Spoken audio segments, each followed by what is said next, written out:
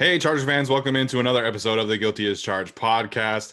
We have finally made it to the week of free agency. The Chargers are able to start talking with free agents next tomorrow as we are recording this, and then they'll be able to officially sign players as of Wednesday.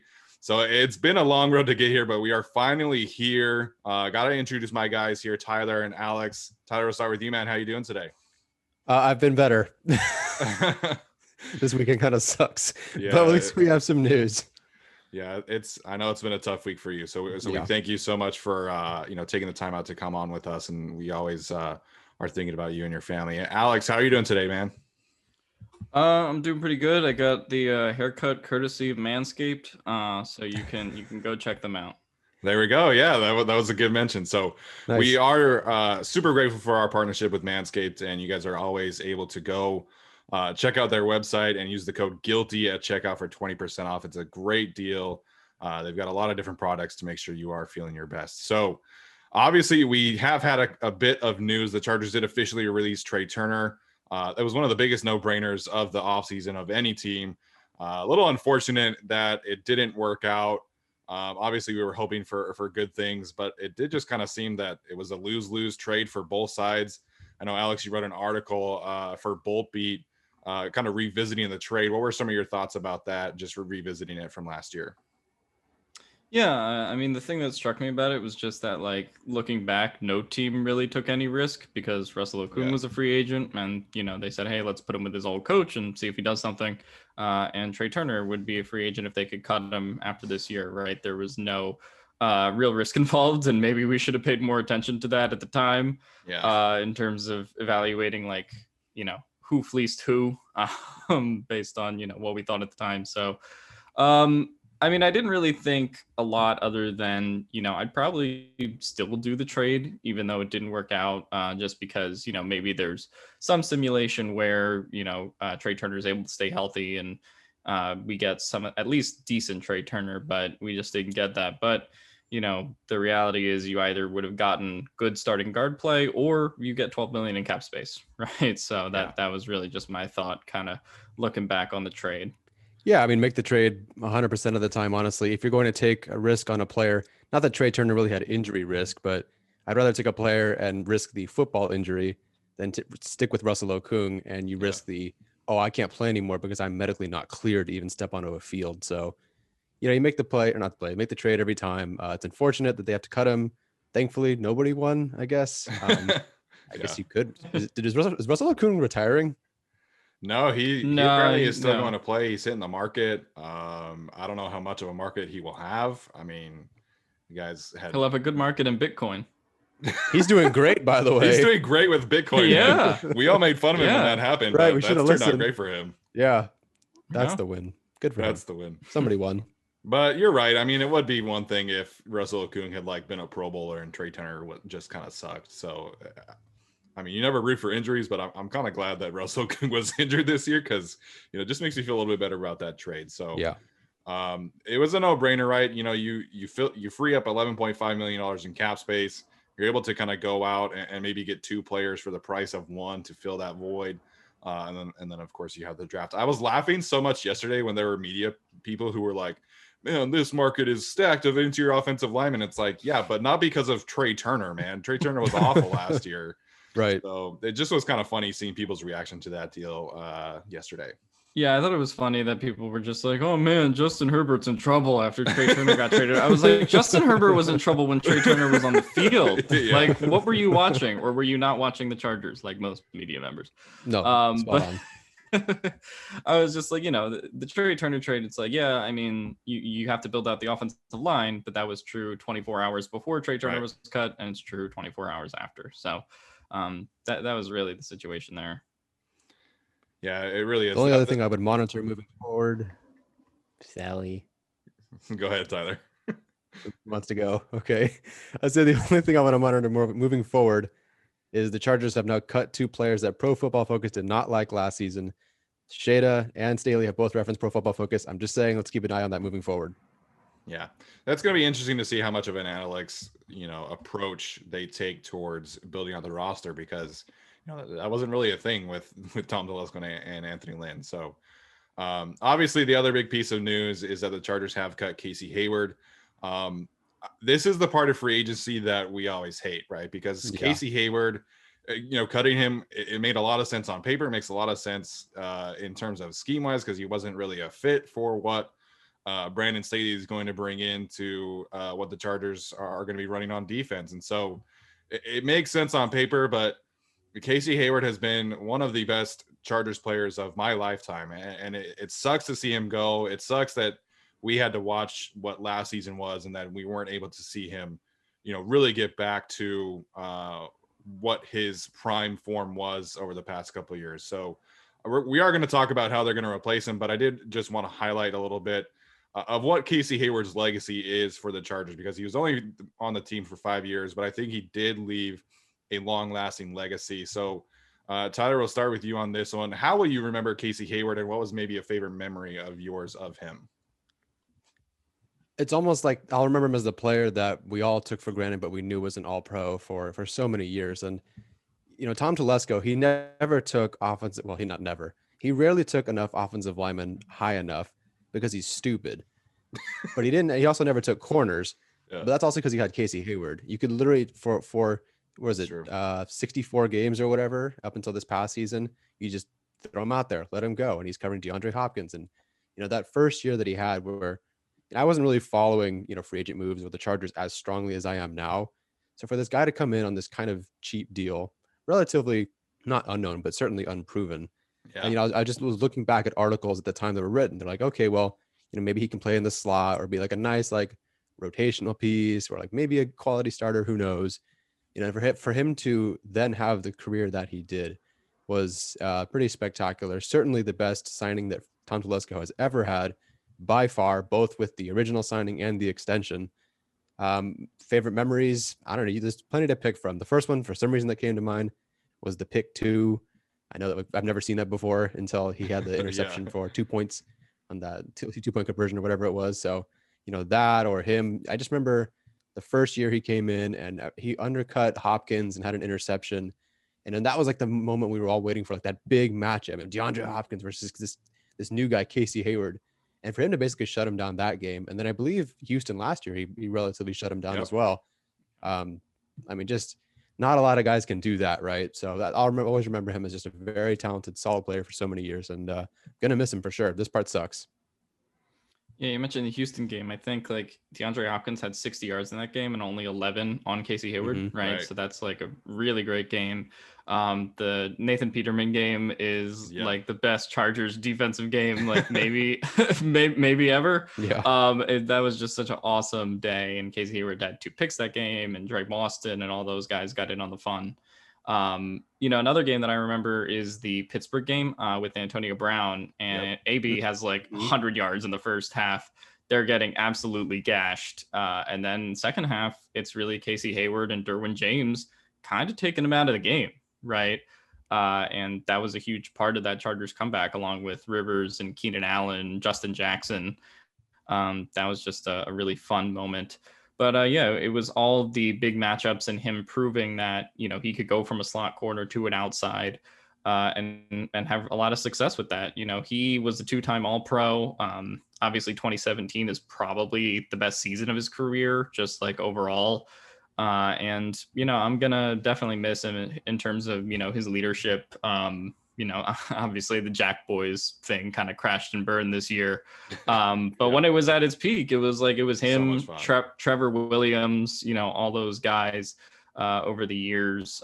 The Thanksgiving game against Dak in Dallas was a really fun one where he gets the pick that seals it, and Desmond King gets a pick 6. That was a really fun game. But there are tons of fun Casey moments. And I do agree. We did kind of like take him for granted as like, oh, he'll always be here, right? Yeah. And now we're in the secondary, and I totally agree with the cut from the standpoint of it just had to happen. You saved $9 million. You really, it doesn't fit Staley's scheme for him to be here, and the age and injuries and all that. But I would have liked if they could have found, some way to, just keep the person, maybe not the player at this point, because he is a really great guy to have in the locker room and all that. But yeah, it's just sad it had to kind of end like this. But yeah, I'm looking forward to seeing what's next.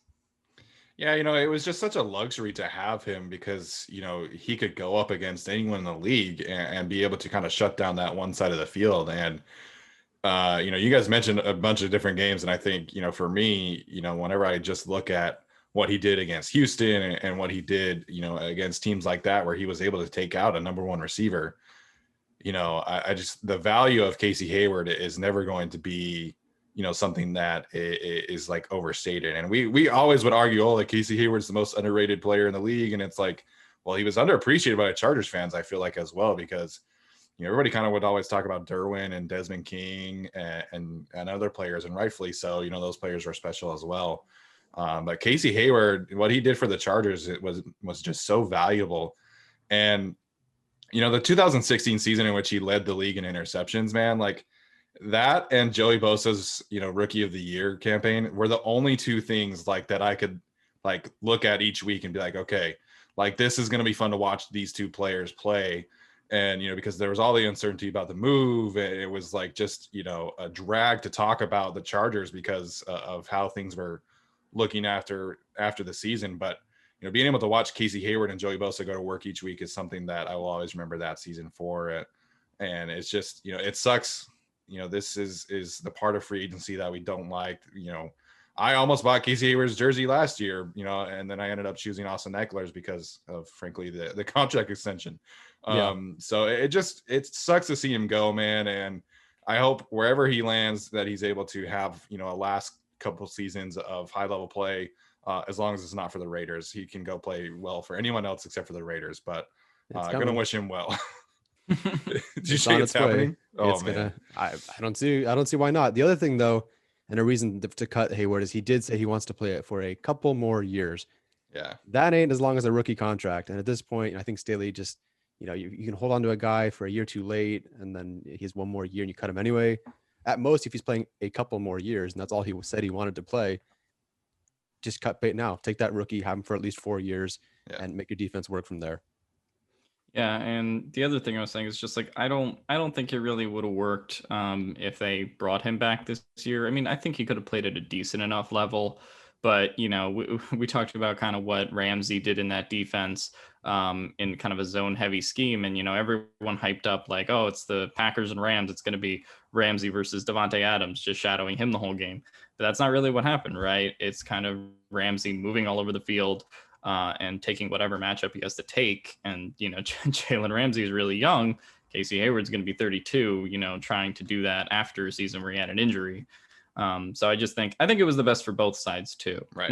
Not just, the Chargers getting off that contract, but Hayward getting to play in a team that's probably a 4-3 where, he can play basically permanently on the outside. I think that's the spot where if he's going to have a bounce back year, that's where it's going to happen. Yeah, I totally agree with that. And I think if he goes to a zone heavy scheme as well, be it Seattle or San Francisco, or he could go back to Green Bay and have a renaissance there. I think that would make a lot of sense for them as well. But we'll have to see. So we talked a little bit about replacing him last time on our show. And I do think the Chargers, will be able to get a cheap veteran. I don't think, signing an expensive veteran makes a lot of sense for this team. I think it's going to be, through the draft in terms of finding a potential cornerback one.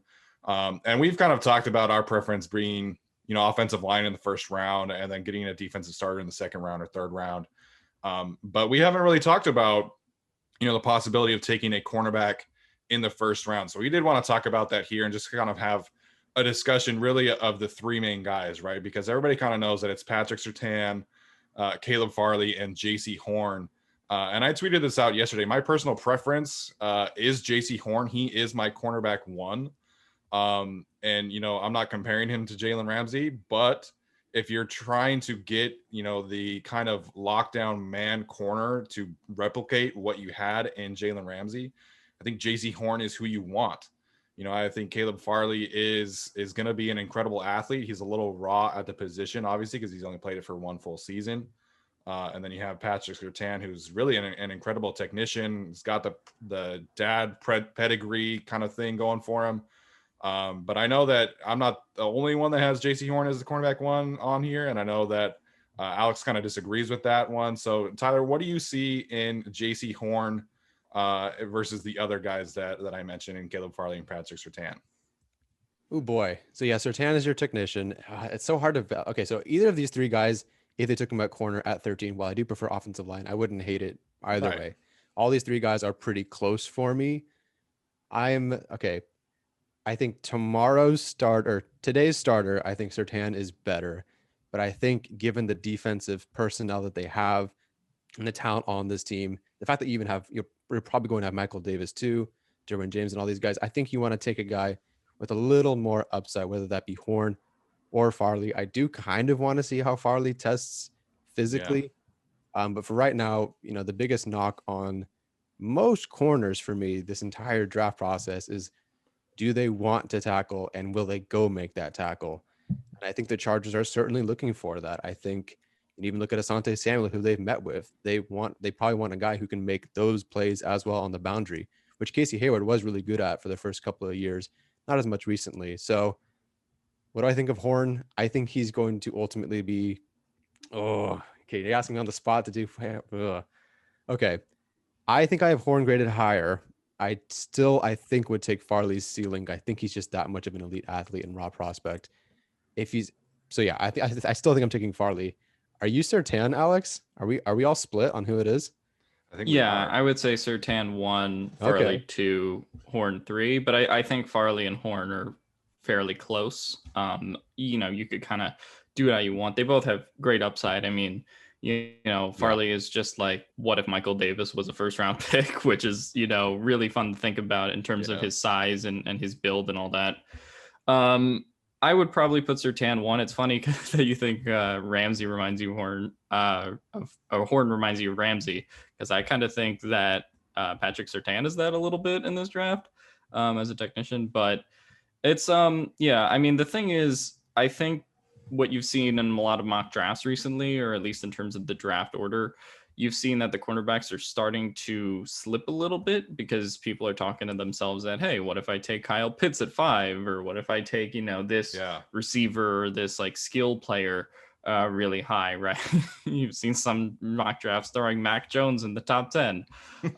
You've seen a lot of stuff like that. So I think people are talking themselves into a lot of skill players. So if the Chargers don't go offensive line in the first round, you could see a world in which, Surtain, Farley, and Horn might be on the board at 13, and the Chargers have a chance to take or their pick of one of the three, right? I'm not saying, it's probably unlikely that it plays out like that, but I think they'll have at least two of those three on the board, whereas a couple months ago, it really looked like it would only be Horn.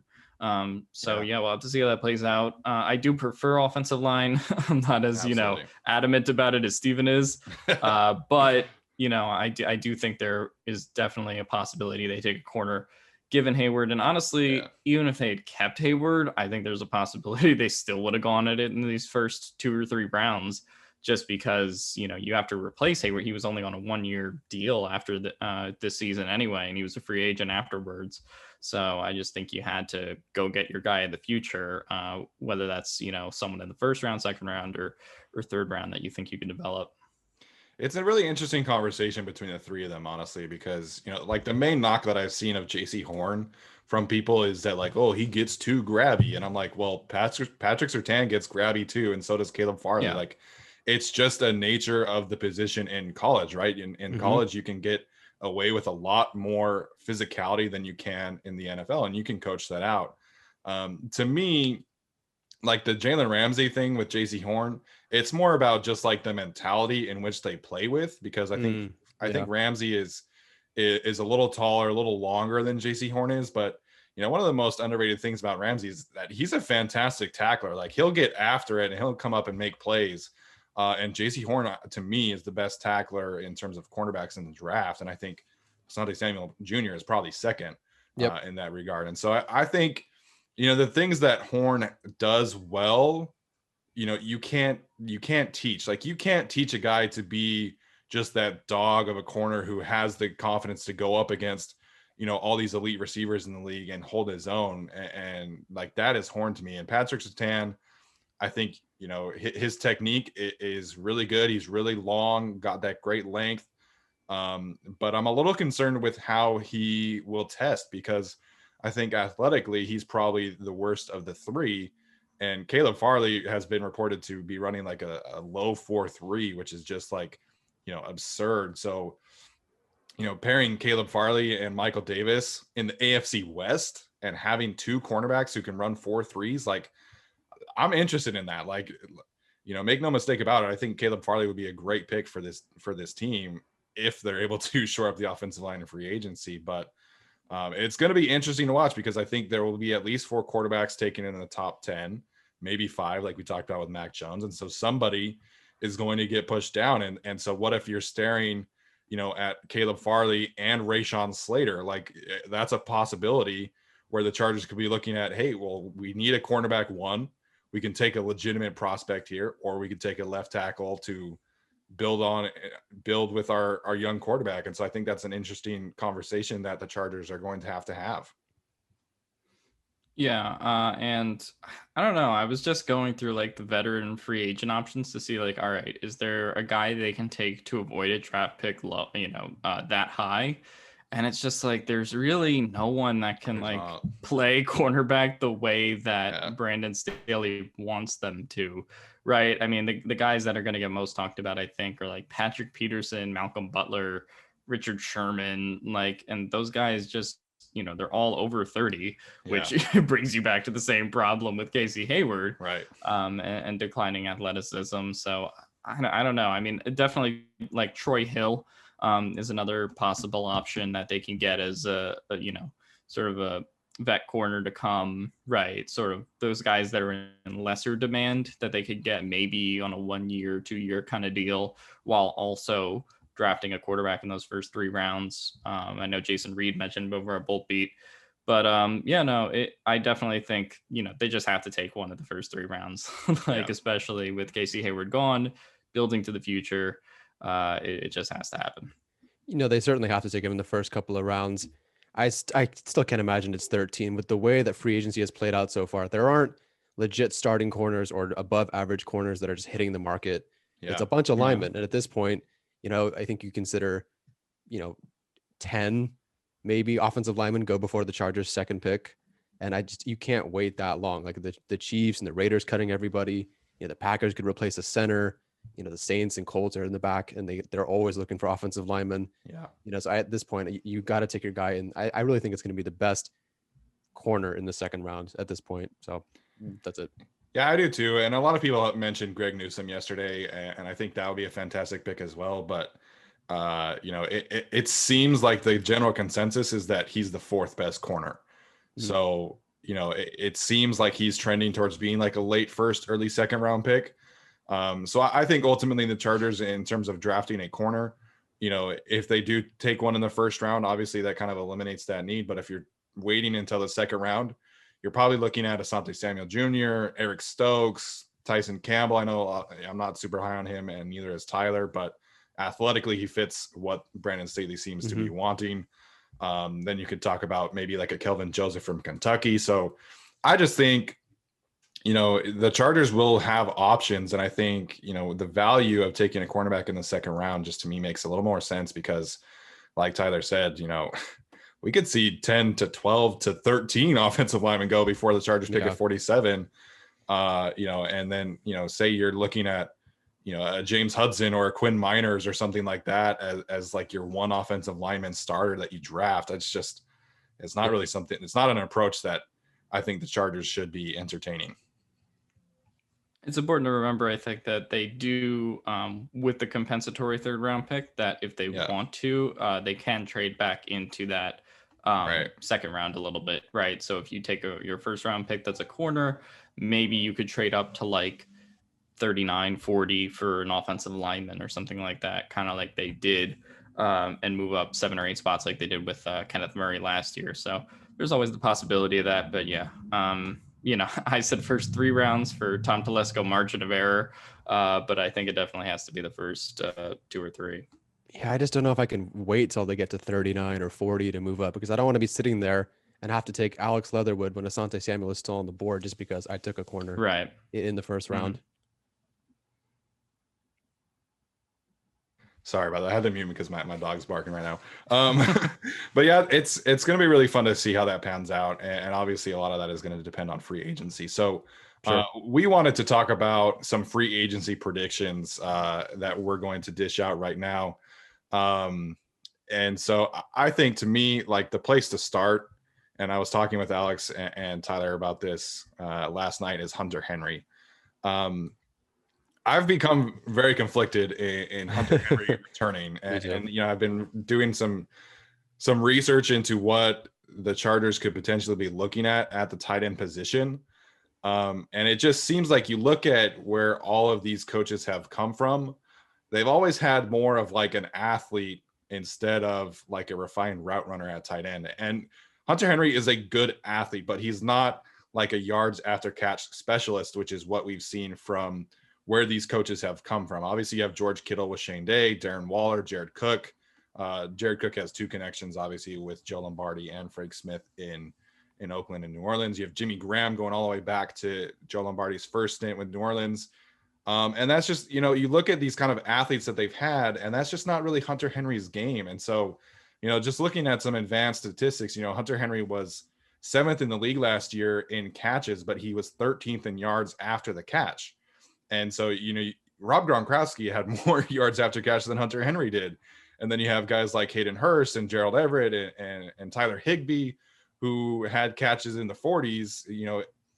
Gerald Everett had 41 catches, and he had almost 100 more yards after the catch than Hunter Henry did. And so I'm just a little more conflicted now about Hunter Henry returning. So my first prediction is going to be that Hunter Henry signs elsewhere. I think his market, and obviously no one knows like with 100% certainty what the Chargers are going to be running, but just kind of looking at past history and where his market is headed, I do think Hunter Henry is going to sign elsewhere.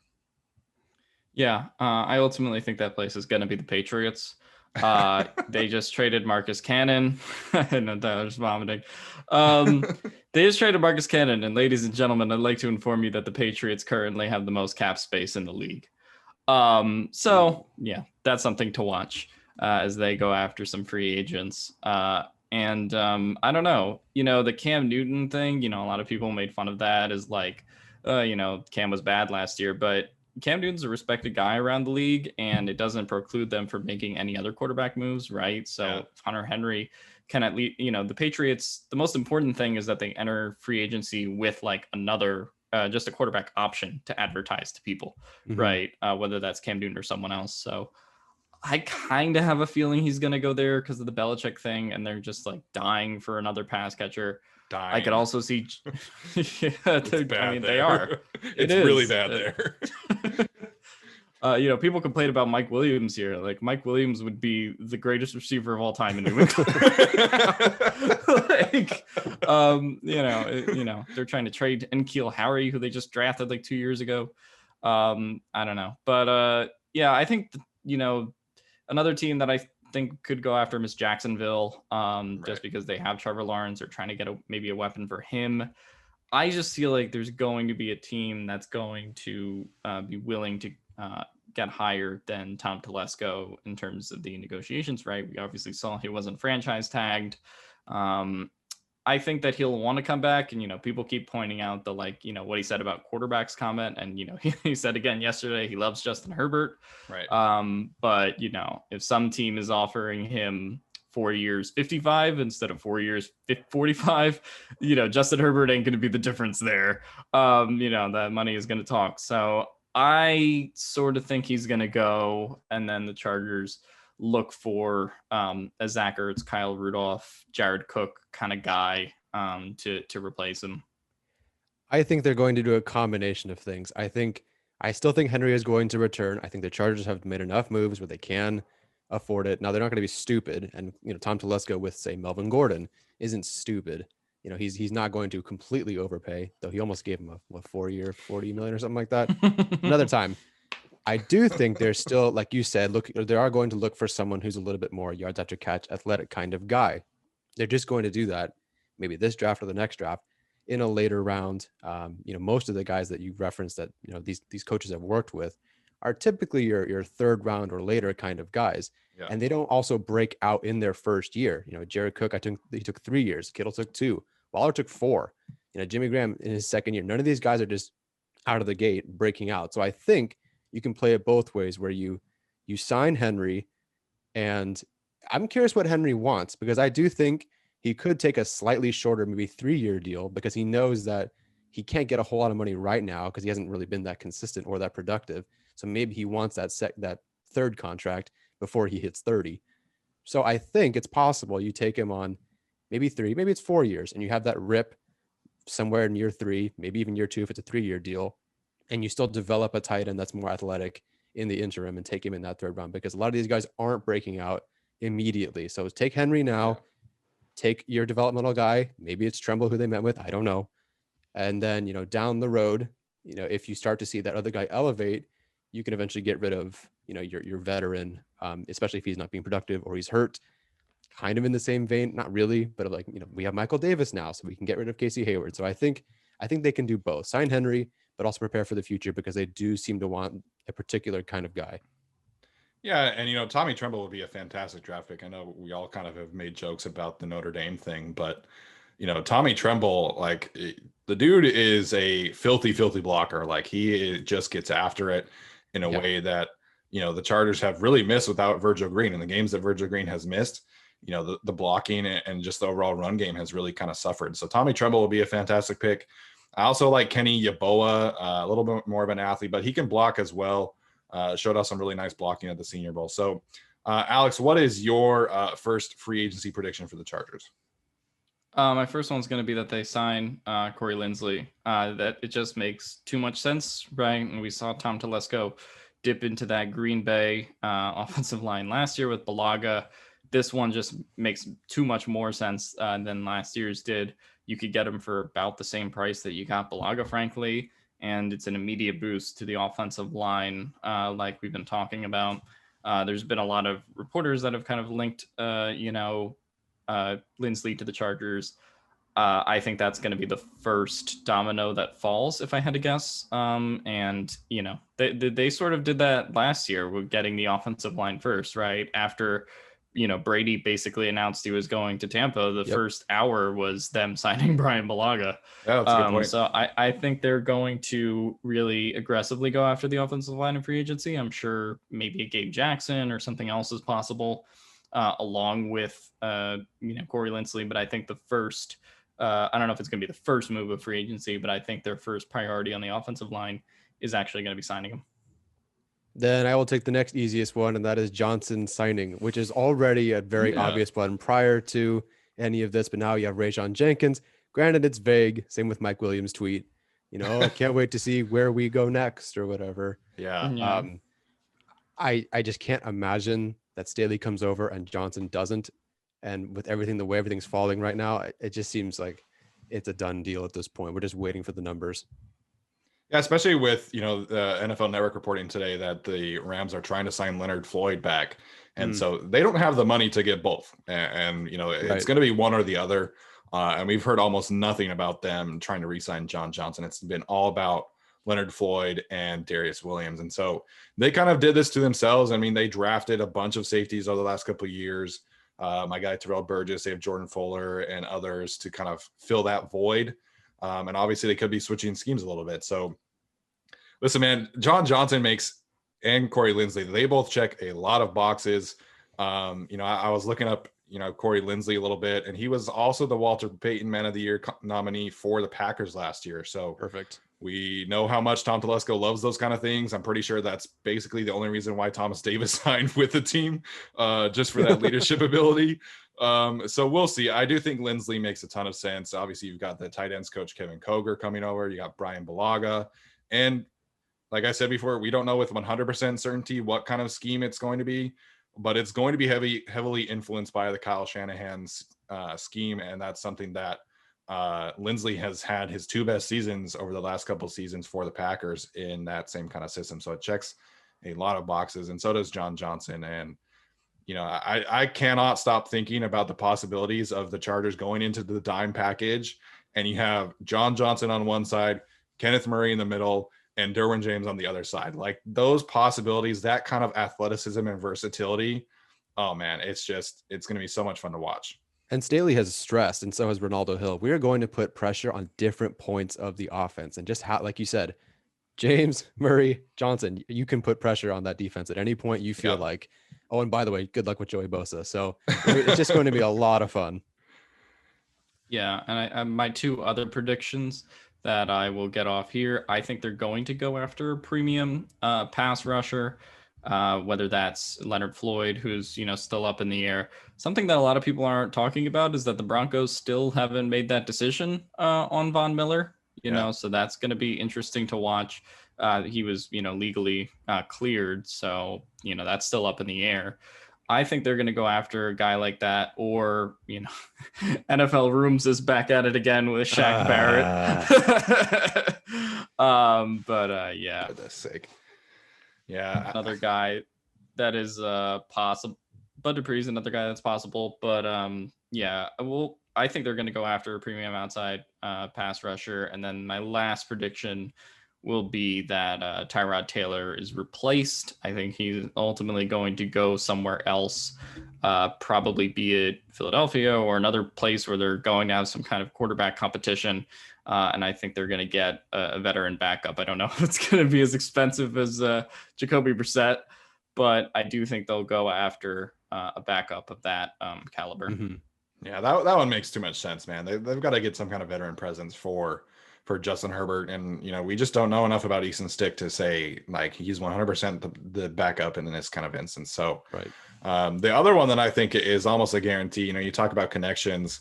I think the Chargers are going to bring over a former Raiders offensive lineman to reunite with Frank Smith. And they have three options. John Feliciano, who was there in Frank Smith's first year. Oh. They have Denzel Good from the last couple seasons, and of course Gabe Jackson. So I think my preference would be John Feliciano, just because we've seen him kind of be that enforcer type of Swiss Army knife that the Chargers have missed severely without Mike Pouncey, and Feliciano can play all three positions on the interior of the offensive line.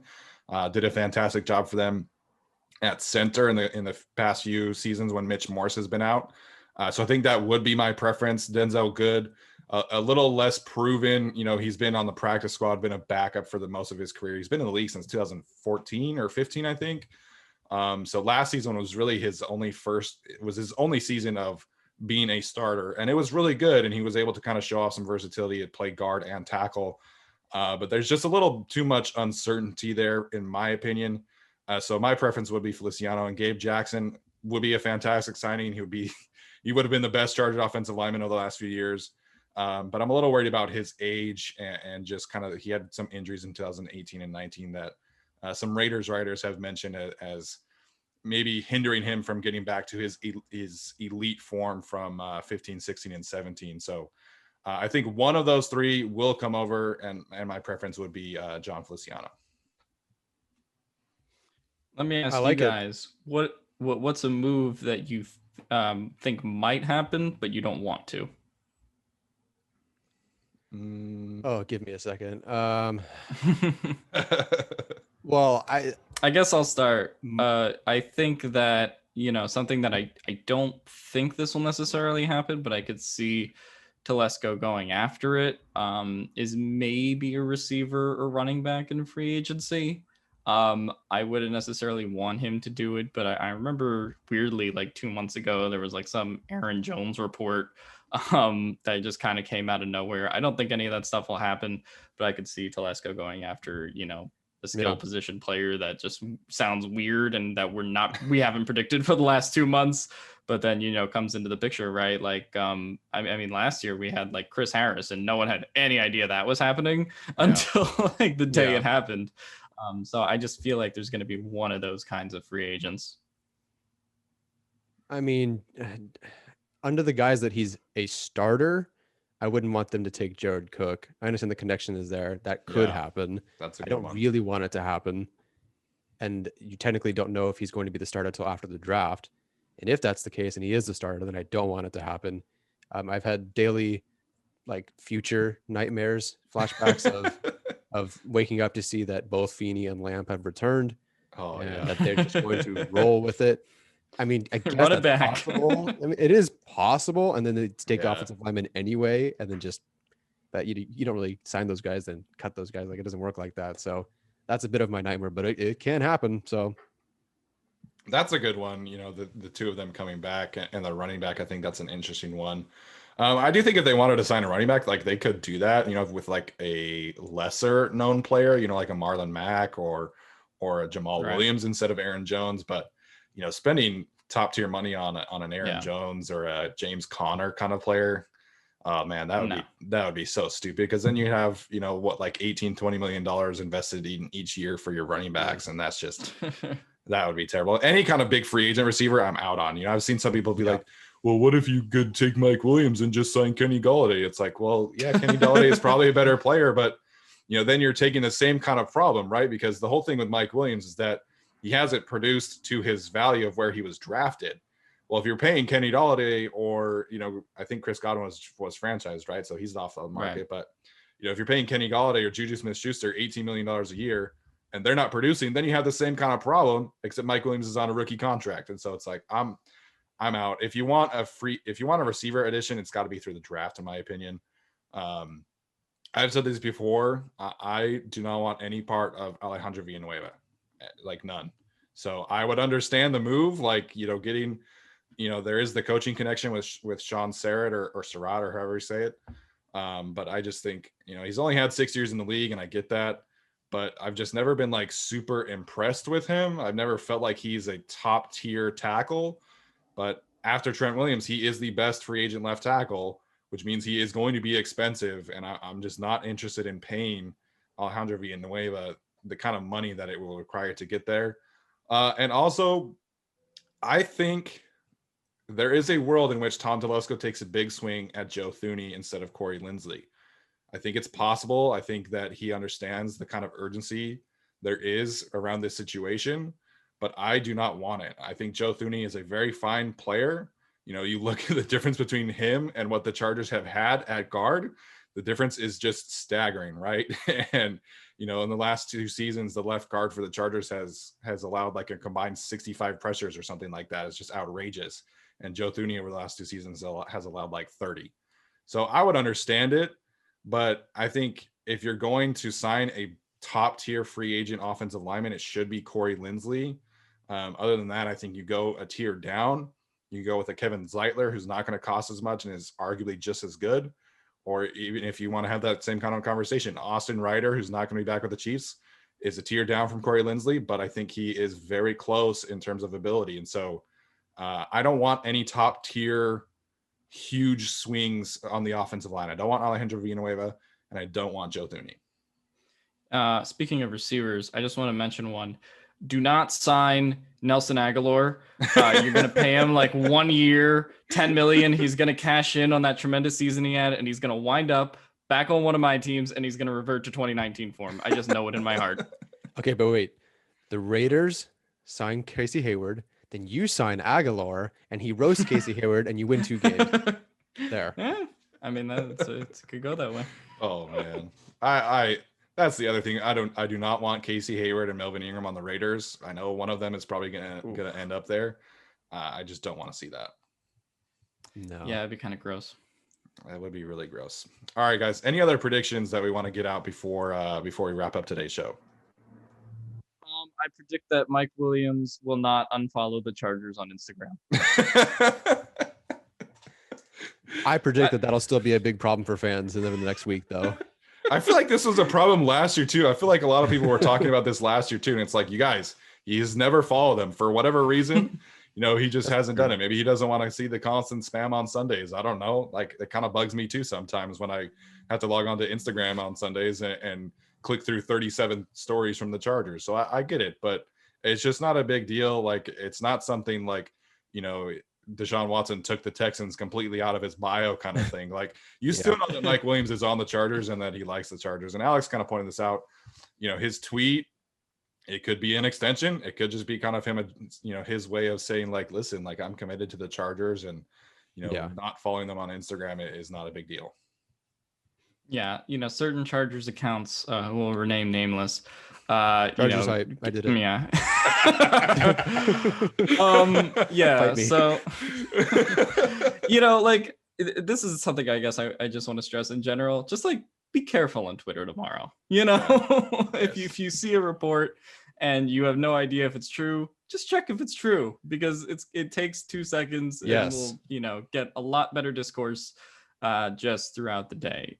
So that goes for Reddit Hill Rooms and all these accounts that are going to be posting bullshit. Just check them, because free agency really starts tomorrow. I mean, I know this day, but you had 82 out of the top 85 free agents signed before Wednesday last year. So it's going to be a fun ride. But where did you pull that stat from? Twitter. I just saw a tweet about it. Is it real? There we go. I think so. Yeah. No, yeah, it's real. But yeah, so it's going to be interesting to see what happens. But yeah, just be careful and manage your heart rate at certain times, because I remember last year I got really angsty about the whole Tom Brady thing, and you're thankful every day that he chose Tampa ultimately. Oh man, the Tom Brady extension, and now Tom Brady's on the Buccaneers, and he's going to be there for the next 5 years or whatever. Just crazy. I remember being at work, just like checking my phone, and Colin Cowherd says he's going to Tampa Bay, but no one knows whether to believe Colin Cowherd or not. And yeah, there were tons of moments like that. Yeah, that's a good call though. Definitely be careful. There are going to be some trolls who change their name and their picture to Ian Rappaport and Adam Schefter and things like that. Oh, geez. And put out a bunch of bullshit. If you see it, make sure you check for that verified check mark. Like otherwise, probably don't put too much stock in it. And we'll have to see. I think it's going to be a crazy few hours, because we've never seen a free agency like this. There are so many good players on the market this year, because of the cap going down and because of other situations and things like that. So it's going to be so interesting to see where all these players end up, and obviously who the Chargers target. And, if I think they're 4th in the league in most cap space now. So they have the chance to capitalize. Like, we've never really seen Telesco take like 1-year deals on veterans. Maybe he changes things. Maybe he does take a chance on a 1-year deal for a pass rusher like Bud Dupree or kind of thing like that. So going to be crazy to see what happens this week. And we will be live on Wednesday. Live on Wednesday, or maybe we'll have to go live tomorrow. Yeah. I have no idea how it's all going to play out. But no, this is what we've all been waiting for. We've slogged through 2 months of Gerald Everett episodes just to get to this point. So I'm excited to see how it all plays out. Yeah, man, it's going to be a fun one. So stay tuned. Make sure you have our YouTube notifications on and Twitter notifications on. And so we'll be able to do our best to keep you guys posted. And like Alex said, make sure and subscribe to our channel. We are very close to 2,000 subscribers, which is just, fantastic for us. So if you are not subscribed, please go and do that. That would be very helpful for us. All right, guys, thanks so much for tuning in. We're going to get this up right away so you guys are able to listen to it before all the free agency madness tomorrow morning. And stay tuned, and thanks for tuning in. We'll see you next time.